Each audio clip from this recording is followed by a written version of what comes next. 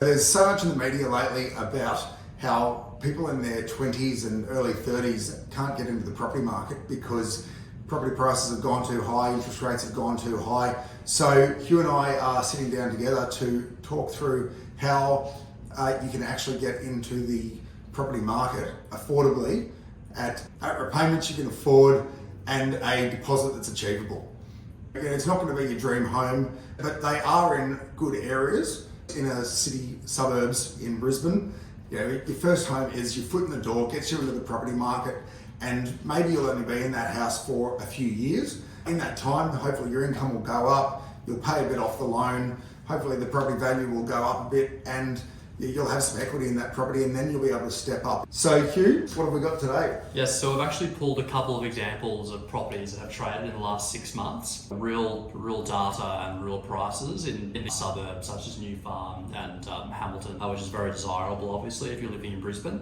So the first example we have is a one bedder, 425 Bowen Terrace, New Farm, sold for $339,000 within the last 6 months. We have a couple of two bedders have sold in Hamilton and Ascot.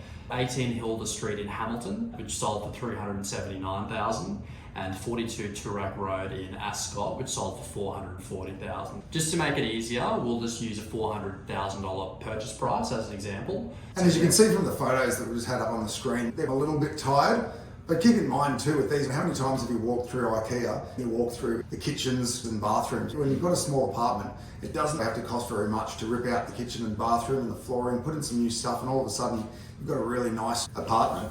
And a lot of people have done that, flipped them and made some pretty good money.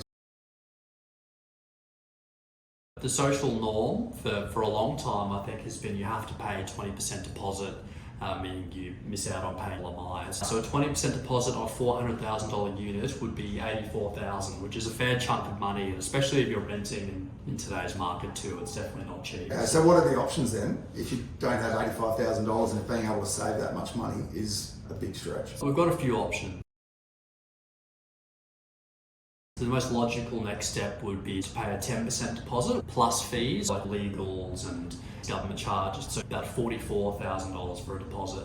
Because you're borrowing 90%, you do have to add LMI on, which is about $7,000 in this instance. A lot of people do shy away from LMI, and it can be a pretty big cost. You recorded another video on that, so go and check that out if you want to know more about LMI. If you're a first home buyer looking at these sort of properties, we do have a couple of other options available for you. If you're single and you earn up to $120,000 or a couple earning up to $200,000, you can actually access the first home guarantee, which essentially allows you to borrow 95% of the purchase price. So that would only be $24,000, and the other benefit is there's no lender's mortgage insurance attributed to that either. So that's a pretty big saving, and $24,000, it's not a tiny amount of money, but it's within reach. If you cut back on your expenses and work really hard at saving some money, $24,000 can be an achievable amount of money to save up. Keep in mind there'd be no stamp duty payable if you're a first home buyer and you're purchasing under $500,000, so that will save you a lot as well. So it's obviously a big contrast to $85,000. And there is actually one more outcome that we can achieve for a lot of our clients, which is a guarantor loan. Now, essentially, a guarantor loan will allow a lender to take security over your parent's asset to cover the deposit. So you can actually buy a property with literally no upfront deposit. So if we're talking about a $400,000 property purchase and 20% is that $80,000, then your parents really only need to have the $80,000 of equity that they're guaranteeing in the property. Most people's parents that own their own houses would probably have at least $80,000 of extra equity sitting in their property. And it's just a way that they can assist without actually having to put their hand in their pockets. So that's really important to understand too, that it's not the parents having to give you $80,000.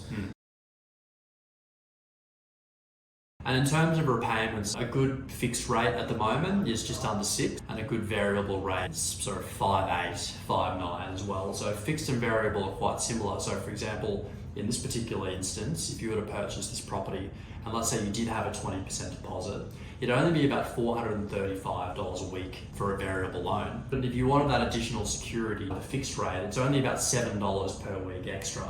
So it's only a coffee or so. And then borrowing that full 100% lifts that to about $550 a week. So if you're borrowing the full amount, that's really pretty comparable to rent at the moment. in these kind of areas.